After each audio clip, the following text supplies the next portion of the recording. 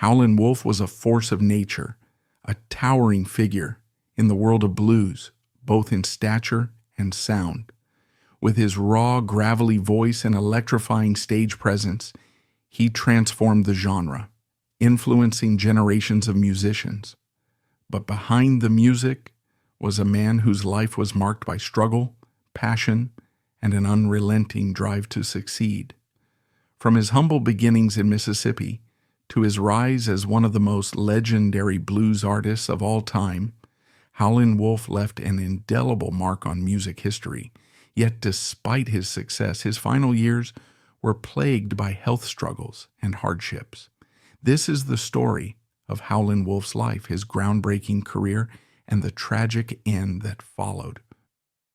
Chester Arthur Burnett was born on June 10, 1910 in White Station near West Point, Mississippi, to Gertrude Jones and Leon Doc Burnett.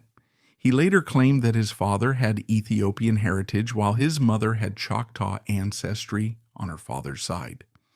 Named after the 21st U.S. President Chester A. Arthur, Burnett would later become known as Howlin Wolf, a nickname that stemmed from his maternal grandfather, John Jones.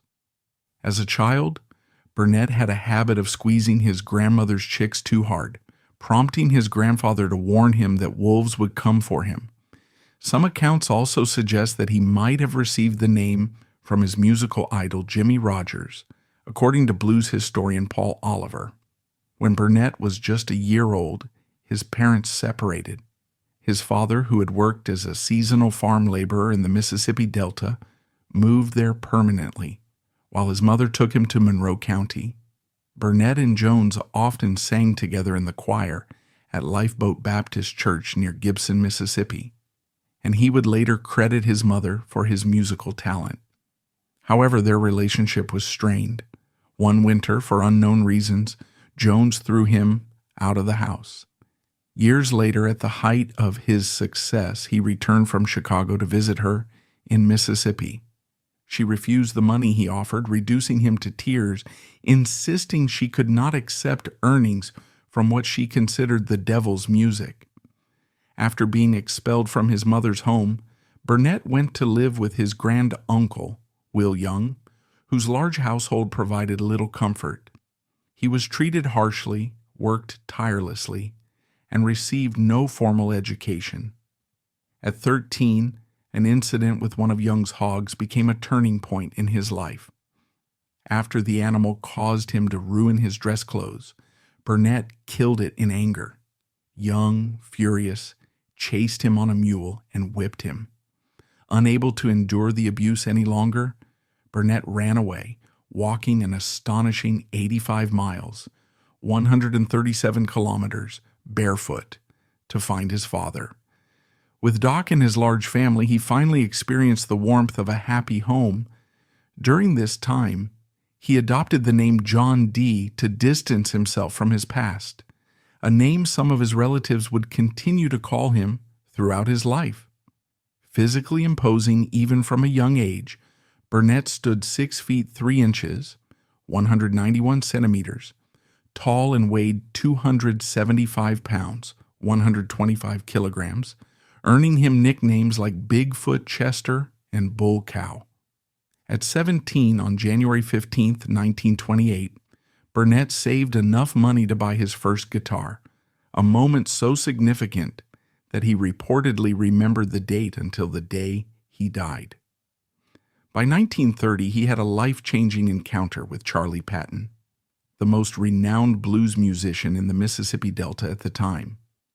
Burnett would listen to Patton play from outside a juke joint, absorbing every note of songs like Pony Blues, High Water Everywhere, A Spoonful Blues, and Banty Rooster Blues. Eventually, they became acquainted, and Patton took Burnett under his wing, teaching him guitar. Burnett later recalled that the very first tune he ever played was inspired by Patton's Pony Blues, a tune about hooking up my pony and saddling up my black mare. His musical influences extended beyond Patton. He drew inspiration from blues legends such as the Mississippi Sheiks, Blind Lemon Jefferson, Ma Rainey, Lonnie Johnson, Tampa Red, Blind Blake, and Tommy Johnson. Among the first songs he mastered were Jefferson's Matchbox Blues and Leroy Carr's How Long Blues. He was also captivated by country singer Jimmie Rodgers, attempting to mimic his signature blue yodel. However, when Burnett tried, the result was more of a deep, raw growl than a yodel. Instead of abandoning it, he embraced this unique sound, later remarking, "I couldn't do no yodeling, so I turned to howlin', and it's done me just fine." His harmonica playing, on the other hand, was influenced by Sonny Boy Williamson, too, who mentored him after Burnett moved to Parkin, Arkansas in 1933.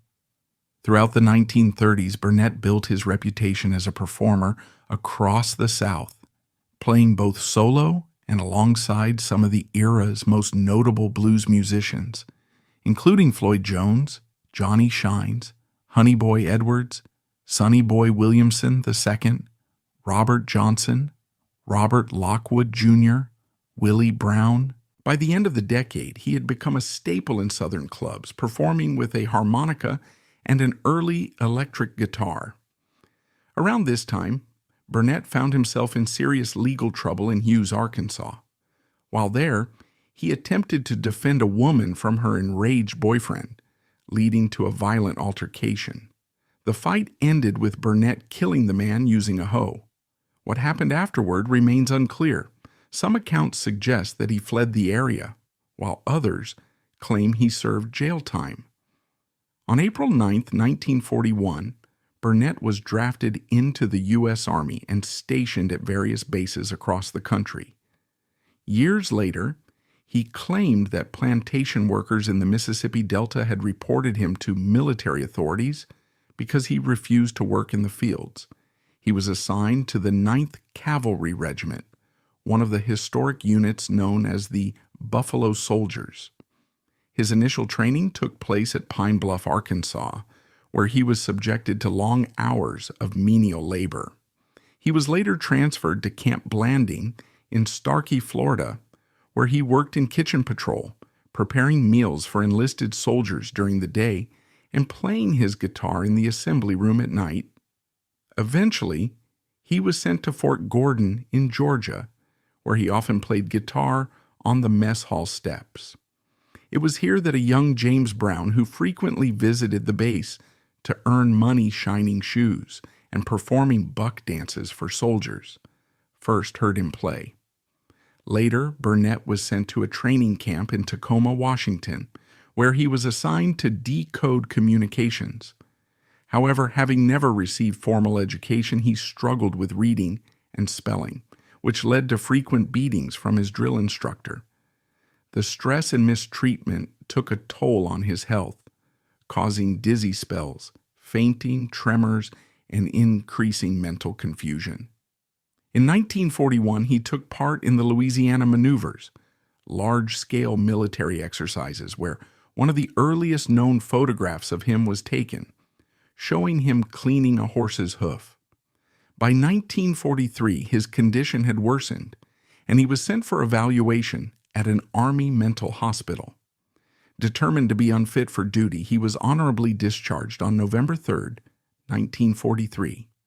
Reflecting on his time in the military years later, he remarked, "The Army ain't no place for a black man. Just couldn't take all that bossing around, I guess. The Wolf's his own boss." After leaving the Army, he reunited with his family, who had recently moved near West Memphis, Arkansas. He helped with farming while continuing to perform, just as he had in the 1930s, often playing alongside Floyd Jones and other musicians.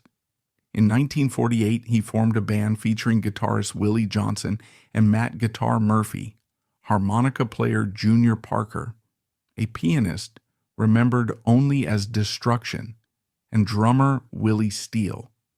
His live performances began airing on KWEM, a radio station in West Memphis, which helped him gain a local following.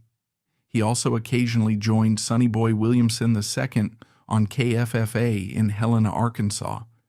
In 1951, a 19-year-old Ike Turner, working as a freelance talent scout, discovered Howlin Wolf performing in West Memphis. Recognizing his potential, Turner arranged for him to record several tracks with Sam Phillips at Memphis Recording Service, later known as Sun Studio, and with the Bahari Brothers at Modern Records. Phillips was mesmerized by Howlin Wolf's performance, later recalling, "God, what it would be worth on film to see the fervor in that man's face when he sang. His eyes would light up. You'd see the veins come out on his neck. And buddy, there was nothing on his mind but that song. He sang with his damn soul." Howlin Wolf's raw, electrifying style quickly earned him local fame, and he began performing with a band that featured guitarists Willie Johnson and Pat Hare. At the time, Sun Records had not yet been established, so Phillips licensed his recordings to Chess Records. As a result, Howlin Wolf's first singles were released by two different labels in 1951, Moanin' at Midnight, How Many More Years on Chess, and Riding in the Moonlight, Morning at Midnight, along with Passing By Blues, Crying at Daybreak on Modern subsidiary RPM Records. By December of that year, Leonard Chess secured his contract, and at Chess's urging, Howlin Wolf relocated to Chicago in late 1952 to further his career. Once in Chicago, he assembled a new band and brought in guitarist Jody Williams, who had previously played with Memphis Slim. Within a year, he convinced Hubert Sumlin to leave Memphis and join him, an addition that would prove essential to his signature sound. Sumlin's restrained, nuanced guitar work provided the perfect contrast to Howlin Wolf's commanding voice. Over time, his band lineup changed frequently, with various accomplished guitarists contributing both in live performances and on recordings. Among them were Willie Johnson, Jody Williams, Lee Cooper, L.D. McGee, Otis Big Smokey Smothers, his brother Little Smokey Smothers, Jimmy Rogers, Freddie Robinson, and Buddy Guy. Unlike many other band leaders, Howlin Wolf was known for treating his musicians well, ensuring they were paid fairly and on time. He even covered their unemployment insurance and Social Security contributions, an unusual practice in the industry. Despite occasional brief absences in the late 1950s, Sumlin remained with him for the rest of his career and became the guitarist most closely associated with the Howlin Wolf sound. During this period, Howlin Wolf became a major force in the blues scene, helped in part by his collaboration with songwriter Willie Dixon. The Chess Brothers had hired Dixon in 1950 as a songwriter, and his compositions fueled the success of both Howlin Wolf and Muddy Waters. The rivalry between the two blues legends was intense, with Howlin Wolf often expressing frustration that Dixon seemed to write better songs for Waters.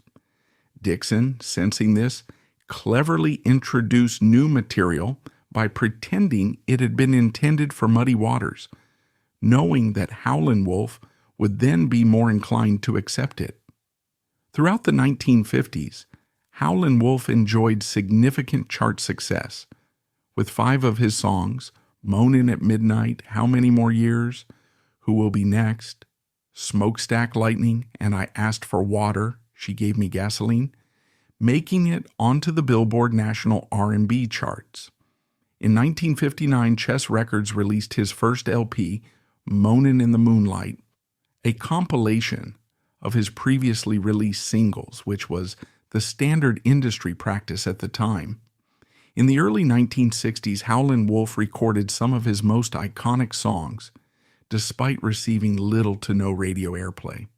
Many of these tracks, including Wang Dang Doodle, Backdoor Man, Spoonful, The Red Rooster, I Ain't Superstitious, Going Down Slow, and Killing Floor, were written by Willie Dixon and later became staples in the repertoires of both British and American rock bands, further cementing Wolf's influence. In 1962, he released his second compilation album, Howlin Wolf, commonly known as the Rocking Chair album, due to its distinctive cover illustration. As the blues revival took hold in the 1950s and 1960s, Many black blues musicians found a new and enthusiastic audience among young white listeners, and Howlin Wolf was among the first to seize the opportunity. In 1964, he embarked on a European tour as part of the American Folk Blues Festival, organized by German promoters Horst Lippmann and Fritz Rau. That same year, the Rolling Stones' recording of Little Red Rooster became a #1 hit in the UK. By 1965, at the height of the British invasion, the Stones made their American television debut on ABC's Shindig. But only under one condition. They insisted that Howlin Wolf be invited as their special guest. With the band seated at his feet in admiration, Wolf delivered a passionate performance of How Many More Years, introducing millions of viewers to his electrifying presence. In the late 1960s and early 1970s, Wolf collaborated with several established musicians on studio albums. The first of these, the Super Blues Band, 1968, featured both Bo Diddley and Muddy Waters. The following year, the Howlin Wolf album, 1969, incorporated psychedelic rock and free jazz elements, with contributions from musicians such as Gene Barge, Pete Cozy, Roland Faulkner, Morris Jennings, Louis Satterfield, Charles Stepney, and Phil Upchurch. Like Muddy Waters' Electric Mud, this album was designed to appeal to the growing hippie audience. However, its marketing was unconventional. Its cover featured a blunt message in large black letters against a white background. This is Howlin Wolf's new album. He doesn't like it. He didn't like his electric guitar at first either. The negative approach backfired, and the album sold poorly. Even Chess Records co-founder Leonard Chess later admitted, "I guess negativity isn't a good way to sell records. Who wants to hear that a musician doesn't like his own music?" Despite this misstep, Wolf remained highly respected in the music world. In 1971, British rock musicians Eric Clapton, Steve Winwood, Ian Stewart, Bill Wyman, and Charlie Watts collaborated with him on the London Howlin Wolf Sessions, an album that found more success with British audiences than in the US. His final album, The Backdoor Wolf, 1973, consisted entirely of new material. Unlike previous efforts, it was recorded with the musicians who regularly played alongside him on stage, including Hubert Sumlin, Detroit Jr., Andrew Blue Blood McMahon, Chico Chisholm, Lafayette Shorty, Gilbert, and bandleader Eddie Shaw. Due to Wolf's deteriorating health, the album was shorter than any of his previous releases, running just over 35 minutes. Burnett was known for his disciplined approach to money management, a rarity among blues musicians of his time.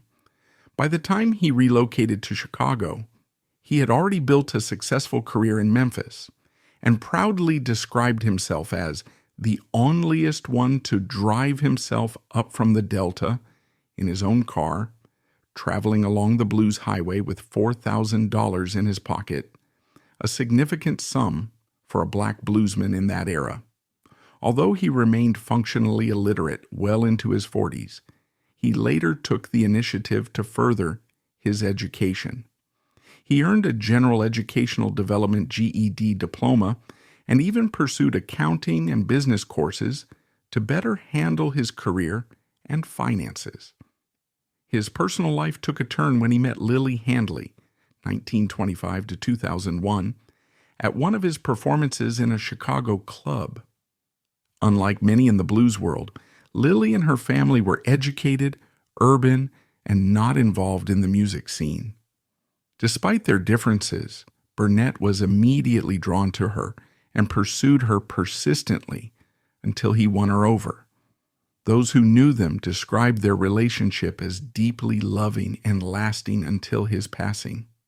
Together they raised 2 daughters, Betty and Barbara, Lily's children from a previous relationship. With Lily managing his professional finances, Burnett reached a level of financial stability uncommon among blues musicians. His success allowed him to offer his band members not only fair wages, but also benefits like health insurance, something almost unheard of in the industry. This financial security enabled him to attract top-tier musicians and maintain one of the best bands in the business. Despite his wealth, he remained modest in his lifestyle, avoiding unnecessary extravagance. His stepdaughters recalled that instead of driving an expensive, flashy car, he preferred a practical Pontiac station wagon. By the late 1960s, Burnett's health had begun to deteriorate. In 1969, while traveling with the Hubert Sumlin to a performance at the University of Chicago, he suffered his first heart attack. He collapsed against the dashboard of the car, prompting Sumlin, who was driving, to pull over. In a desperate attempt to revive him, Sumlin grabbed a 2x4 piece of wood from the road and forcefully pressed it against Burnett's back, which miraculously restarted his heart. Just 3 weeks later, while in Toronto for another show, Burnett experienced further complications with his heart and kidneys. Despite doctors recommending surgery, he refused, telling his wife he couldn't afford to stop working. His health worsened further in 1970 after a serious car accident. The crash sent him flying through the windshield, causing severe injuries that left his kidneys permanently damaged. As a result, he required dialysis treatments every 3 days for the rest of his life, which his wife Lily administered at home. That same year, while in the United Kingdom to record the London Howlin Wolf sessions, his condition continued to decline. By 1971, he had suffered another heart attack and his kidneys had completely failed. High blood pressure further compounded his health issues. Despite these challenges, he returned to performing by May 1973. Concerned for his well-being, his bandleader Eddie Shaw limited his performances to just 6 songs per show to prevent exhaustion. In January 1976, Burnett was admitted to the Edward Hines Jr. Veterans Administration Hospital in Hines, Illinois, for kidney surgery. However, just 3 days before his death, doctors discovered a carcinoma in his brain. His body, already weakened by years of heart and kidney disease, could not withstand the additional strain. On January 10, 1976, he passed away at the age of 65. He was laid to rest in Oak Ridge Cemetery, just outside Chicago, in Section 18 on the east side of the road. His gravestone features an engraving of a guitar and harmonica, a tribute to the music that defined his legacy. In 1972, Howlin Wolf received an honorary Doctor of Arts degree from Columbia College in Chicago. This recognition was a testament to his immense contribution to the American music scene, particularly in the blues genre, which had a profound impact on both black and white audiences. Columbia College, located in Chicago, one of the world's major hubs for music and culture, honored Wolf for his groundbreaking work as a blues musician, elevating the genre to international acclaim. Then in 1999, Wolf's groundbreaking song Smokestack Lightning was inducted into the Grammy Hall of Fame. Established in 1973, the Grammy Hall of Fame honors recordings that are at least 25 years old and have made a lasting contribution either musically or historically. Smokestack Lightning was one of the defining tracks of Wolf's career, representing a fusion of raw emotion and innovative sound that captured the essence of the electric blues revolution. His influence can be heard in the music of legends like the Rolling Stones, Led Zeppelin, and countless others who borrowed from his unmistakable style. Though he passed away in 1976, his voice still roars through the decades, reminding us of the raw power of the blues. Whether through his unforgettable recordings, his impact on future generations, or the tributes that continue to honor him, Howlin Wolf remains a permanent fixture in American music history. His story is one of triumph, hardship, and undeniable greatness, proving that true legends never fade away.